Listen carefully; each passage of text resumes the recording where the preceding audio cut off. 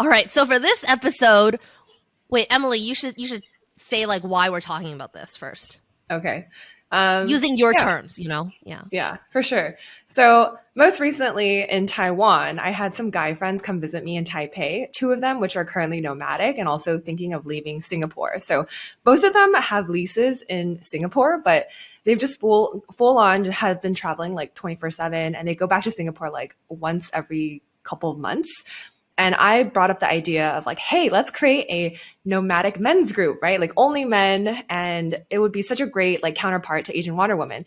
And the feedback I got was like no men is going to come together and hang out unless there's like, like Unless a there's women. result. Yeah. And they, Well, I I mean, mean, like that's what Amy in our group said, right? Like we've been having this request from women, I would say, like for the last year of yes. like, hey, we have like an Asian female nomads group back when we were still called Asian female nomads. Can there be like an Asian male nomads group so that we can, you know, date? Because it's so hard to date, as we've like talked about in our other episodes, you know? Yeah, it's definitely been a reason why I was like, oh, like, like a fraternity to sorority, like, sisterhood, brotherhood, whatever. But the idea, I mean, the feedback I got was like, no, guys are very territorial. So this is what they said in their own words. Okay. I'm not saying it based on mine. I'm quoting them. They said, one, they're quite territorial when it comes to like women, I guess. And then two, there needs to be some sort of reason why they're coming together, whether it's through like sports or like you're working together to solve a problem or like, etc. Like they need to suss each other out to determine if like this is a friendship. So what you're saying is like they have to come together to do something. Yes. Why can't it be they want people to travel with? Don't guys also look for people to travel with?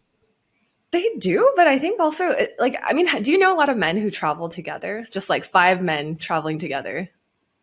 I don't, I can't name anyone on the top of my head. All my guy friends travel solo or with their significant other or in big mixed gender groups. I mean, bachelor parties travel together. But that's, I think there's like I a know. I motive. do know guys. Sorry. Okay. Like there's a group from my high school. There's like a group of really close guy friends from my university, college. Mm-hmm. They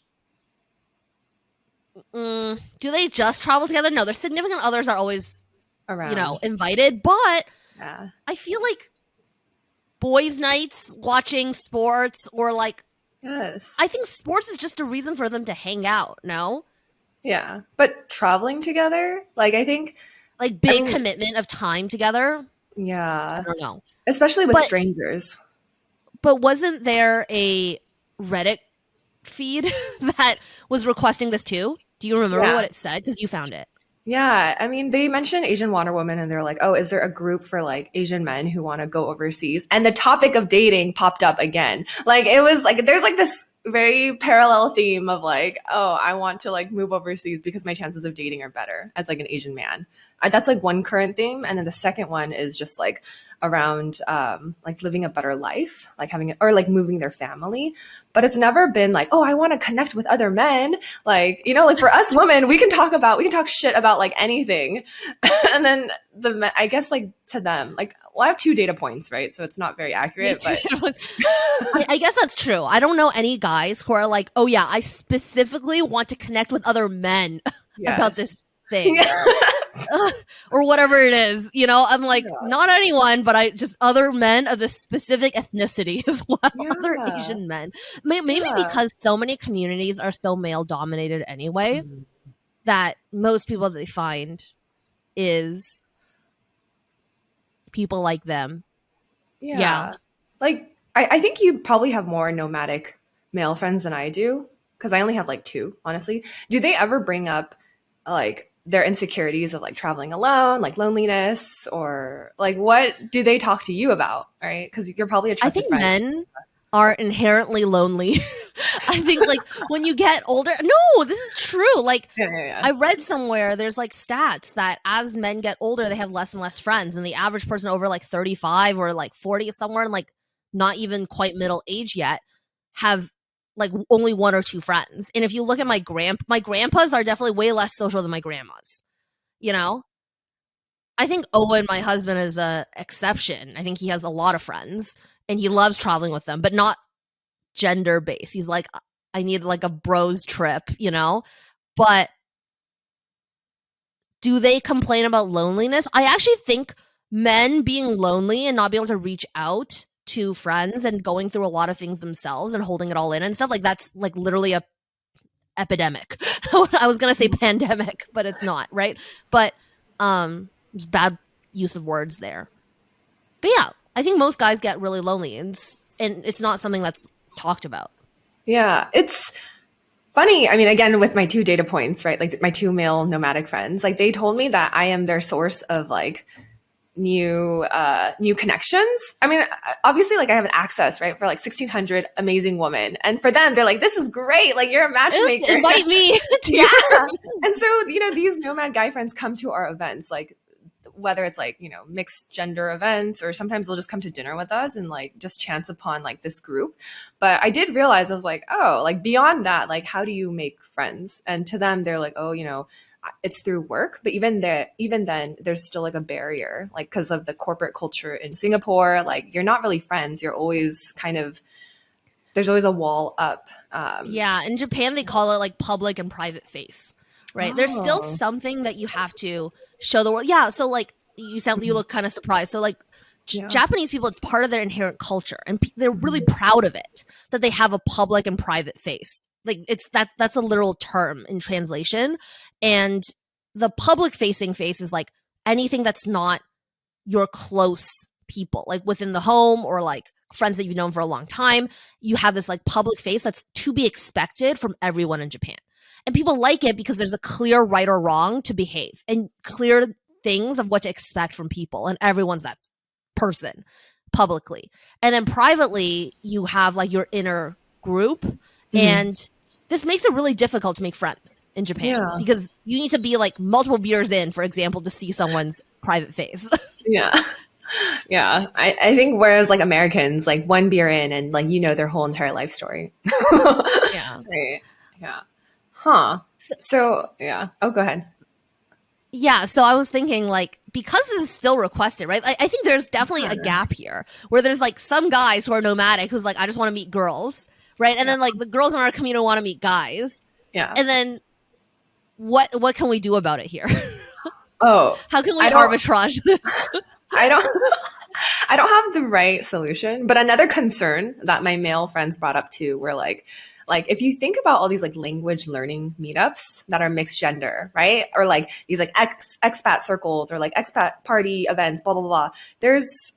It kind of draws in like a certain kind of crowd that is a little bit like sus or a little bit just like icky. Really? Because, yeah. Like, I mean, you know, like internations, right? A lot of them are like, they just want to party. They just want to drink, or like they want to meet women, etc. And so there's a culture to every group. Yeah. Yeah. And so here's like, they were just saying like, oh, like if you were to create an open group, like it needs to be just as curated as like Asian Water Woman, because like, I think we wouldn't want to go into like a community group where there's like 500 men and just like 10 women, right?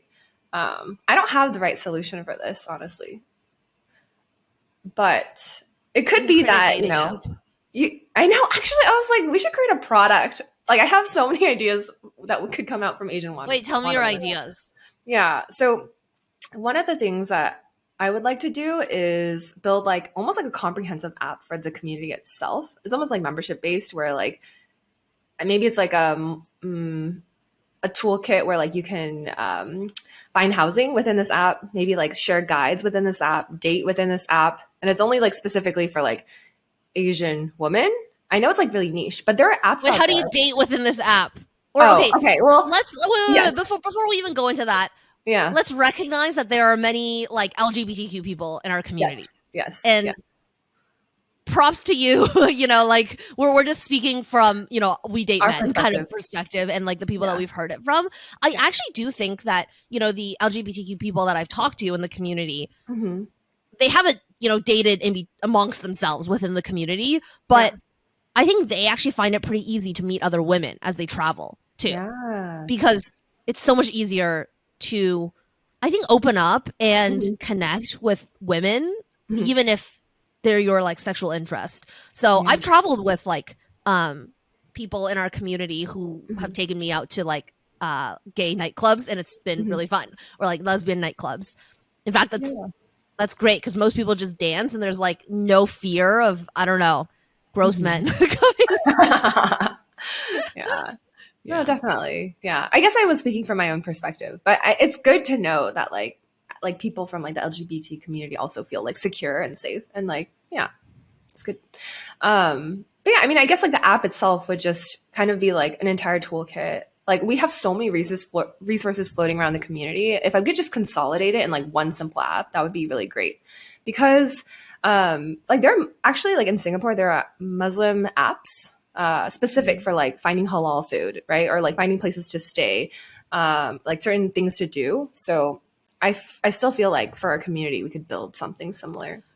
I mean, first question, like, how would people date on this app if we don't let Oh yeah, I haven't gone too app? far, but I mean, like only Asian women, but then wait, how are they gonna date? Some certain like bells and whistles for Asian women only, but like the dating itself, I don't know. We could do like an API integration, something like that. Yeah, man. I mean, anyone who's like listening in here, you know, if you have like a group of men who want access, you know, we're taking sponsorships for our newsletter. Or we could do like Indian matchmaking, Asian Wonder Woman matchmaking, literally. Like we have so many profiles. But we need to curate this like group of men, you know? But yeah, like when we were just talking about it, I was like, what should we call it? Like we're AWW. What's AMM? I'm like Asian moving men. moving. That sounds like they're like movers, like furniture movers. I mean, it's another. It's synonymous with wandering. Macho man. Just kidding. Meandering. Asian meandering men. It's really long though. It kind of doesn't really roll off the tongue. Asian missing men. That's terrible. We don't want them to go missing. Asian. I mean, it gives me the same synonyms, right? It's kind of like you're wandering, you're lost, you're missing. But it seems like we need to like go to the police report. Yeah. Like he's missing. Wait, we'll still come up with different names, but I think like an idea of like what we can do is like I was thinking like why does it need to be an app or anything? Yeah, but. So today I just set up Find My Friends with one of my friends here in SF. And I'm like, that would actually really be cool if we can like have this thing where it has to be like semi-secure, I guess, so that not everyone has access to this, but only like when you turn it on to like look at who else is in the community is like nearby. I think that would be really cool. Because we have like such great communities in like Taiwan, Singapore, San Francisco, New York, Toronto. Like those are major cities. Actually, we've just had meetups in like Seoul too. Seoul, really? Tokyo, Bali. It's like really happening, but I think a lot of people in the community don't even know that these meetups are happening because they're planned within the chats, and they happen so fast that like, because it makes sense. Like if you want to meet up, people are like, "Oh, is anyone free this Thursday or like next Sunday?" And like you don't really have time to like make an event or anything of it. So if you're listening, just like join the chat rooms. Yeah. No, but that's a great feature, like almost like a live feed. Like let's say like you are following a certain country or a certain city, it's like a live feed of all the things that are happening, and like you can collectively just like pop in and out. The Facebook channels are a bit chaotic, I would say. Like if I'm not in the city, I'm not really watching it anymore. Exactly. Right. Yeah. But it's been great, like watching people coordinate things. Would you ever want to do like more gender mixed events in the future? I don't know where to access men, or is it like it's like friends of we'll call and they will come because we're like, hey, we have a community of 1,600 women. Like a mating call. So one of the things we did in Singapore, like it was just like honestly like a fun idea of having a mixed like dating event, which it was like if you're a woman, you bring a guy friend. And if you are a male, like you bring a friend. It's just basically like bring a friend of the opposite sex that you would not date to this event. And it turned out like pretty well. Tribute to the exactly. But it worked out pretty well. It's like 40 of us showed up and a couple actually, they're still dating from that event. Yeah. Wow. One success story out of not many. Okay. I like that. We can do that in San Francisco. I have a few single girlfriends who I think would. Most of my girlfriends in San Francisco are definitely in couples, but yeah, right. It's a good like Valentine's Day kind of event. Like bring your most eligible bachelor friend Yeah. that's been friend zoned as tribute to come to this event for your fellow Asian Wonder Woman sisters. Yes, right? Yeah, I think there's a little bit more credibility, a little bit more like verification, just knowing that this person kind of runs in a similar circle or like sphere. So I don't think it's like a terrible idea. In San Francisco, like I think people need that. And just dating apps are terrible. Yeah. I think it could be pretty fun. I don't know. Oh, dating apps? Dating apps? Know. Yeah. Yeah. Well, that's a longer story, but I mean, I've been like, yeah, it's been interesting. But yeah, I mean, going back to this topic of like creating a community for men,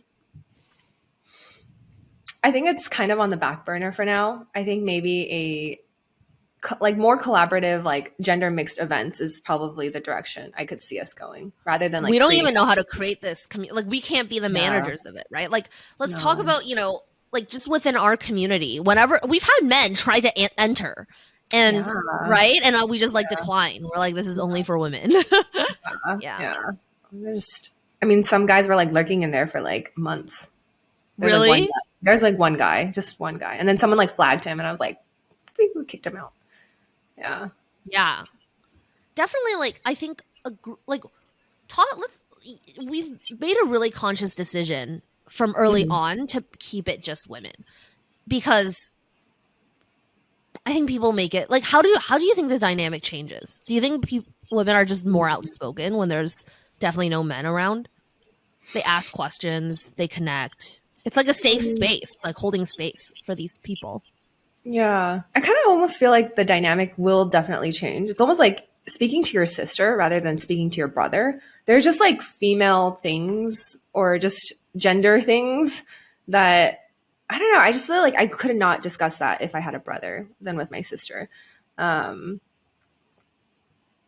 also maybe it's just like you don't want to be mansplained certain things, right? Like you don't really want their opinion on certain things. And you'd rather like rely on like other women to explain things. Yeah,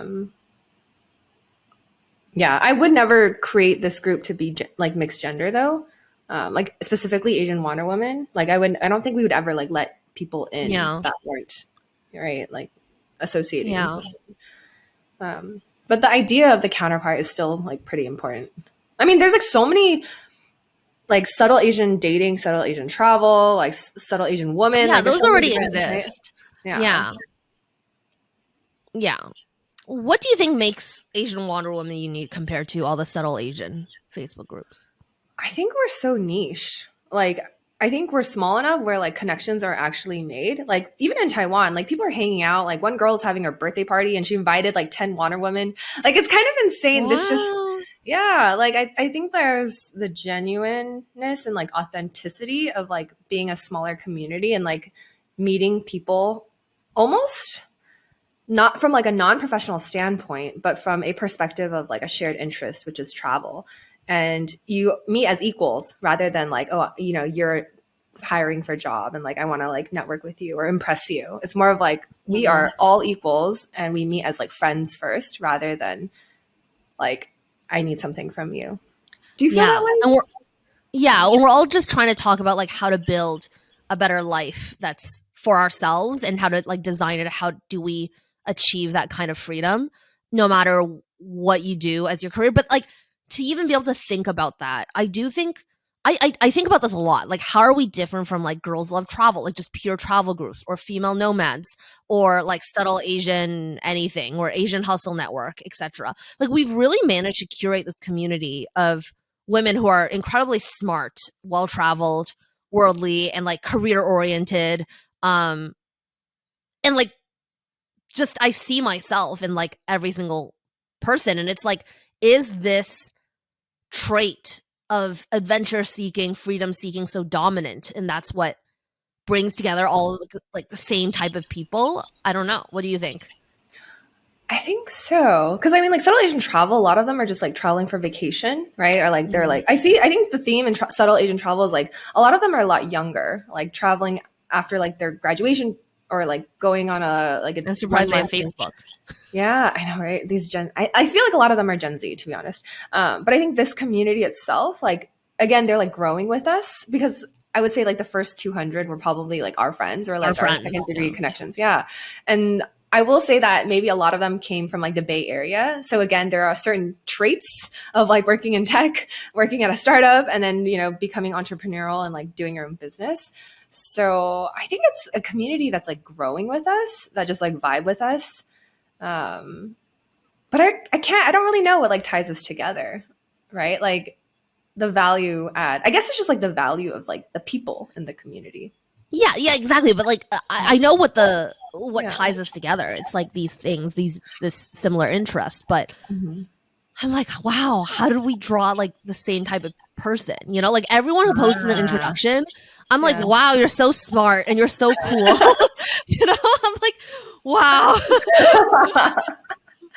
You don't see that in other communities, and like not like people talk about themselves like, oh my gosh, like this girl who owns like an Airbnb and a surf school in like Nicaragua, right? And then there's like people who are artists and comic book like who quit their jobs in Silicon Valley to like go be an artist in New York or to be a comic book writer, and like who else? There's lawyers and doctors and nurses and like PhD students, etc. Like everyone's so highly educated and doing just such cool stuff, and the experiences that they have, it just makes them so like multi-layered versus when I'm in other communities, all I get is like, hi, I'm from here, like this place, I'm coming here for a few days, etc. Like that's kind of the introduction, or like I'm interested in these hobbies, and like it's like this dynamic. And I think from the beginning we try to share like examples of like good introductions and like hashtag introductions. Like we made our introductions based on here's what we think is coolest about us. Actually, that just talking about this leads me to conclude that like it's about what you think is cool about you and what you like about you. And what we like about us is the same. Like what I like about me, I think is the same thing that you like about you. And that's what brings us together. Yeah. Yeah. And like, I mean, you've seen it in the meme, right? But it's like, I don't know where I found this, probably TikTok, but like having the audacity to like myself, right? Having the audacity to do the things that I want to do. You're talking about the Michelle. Yes. Like I created that meme. Yeah. You made that meme? I made that meme. Yeah. Oh my gosh. I'm so proud of you. I like sent it to like beta camp people. Right? Oh my gosh. I'm like, look at how cool this meme is. Like, we'll start it. We'll like make it go viral. Oh my God. Yeah. Like having the audacity to not do what people think that you should, like what you thought your life should look like, to have the audacity to plan out your own life, no matter what that looks like. That's what I like about me. It's what I like about you. It's what I like about a lot of the girls in the group. And like each one is on their own journeys. But I know like whether that's like just an inkling of maybe that's just a thought in their mind right now. They're still at the 9 to 5. And maybe their audacity to pursue their dreams isn't even to like be fully nomadic. And that's still fine, right? They're in this group because they're like, wow, like there's people here doing amazing things that like I didn't even think was possible. And I don't think they didn't even think, like we didn't even think what we're doing now is possible. Yeah. It's kind of insane because like I met someone who was like very far removed from this community, but she was also just interested in like what we were doing and like just interested in like the types of personas we had in our group. And then in my head, I was like, oh yeah, like it's totally fine. Like a bunch of us just like quit our jobs and like we like build our own businesses, blah, blah, blah. And then I realized I was like, oh my gosh, I was like, this concept of like being location independent, like building your own ventures, it's very normalized now, like in my head. Like I'm almost like, oh, like everyone is so similar and like we're very daring. I don't think it's like a novel idea anymore. Like it's like these are just the people I literally hang out with and talk to all the time. And so talking to someone like her, I was like, wait, hold up. I was like, you're not, I mean, there's no wrong or right, but it was just like we're in such different mindsets. So that was like a big like new thing for me. I was like, wow. I was like, I've changed. Yeah. I was at this like weekend retreat 2 weeks ago now. And I was with a girl who travels, and both of them are in our community now. One's like a traveling nurse, and one works in communications in big tech at like Intuit, and is quitting her job to become like a coach. But like none of them knew anything about business. And like everyone in here, if you're trying to be nomadic and trying to be a freelancer, you become this like one person business. In which case, you actually have to think about taxes and like travel visas, and if you want to go places, like when you can be anywhere and do anything, like what does that look like? And you immediately start thinking about it from, I think, a business perspective. You just support yourself and have that, be able to support the life that you want. But yeah, the two of them didn't know, like, don't keep track of, like, let's say SVB, like that happened. Actually, I don't know when this episode will probably go out much later, but SVB just happened last week, and they didn't know like what that actually meant. And like for me, it was like, yeah, everyone that I hang out with, it's like we think about things are so different, and I'm surprised when I talk to people that they don't think about the same things as me. Yeah. I guess it's like the whole like birds of a feather flock together.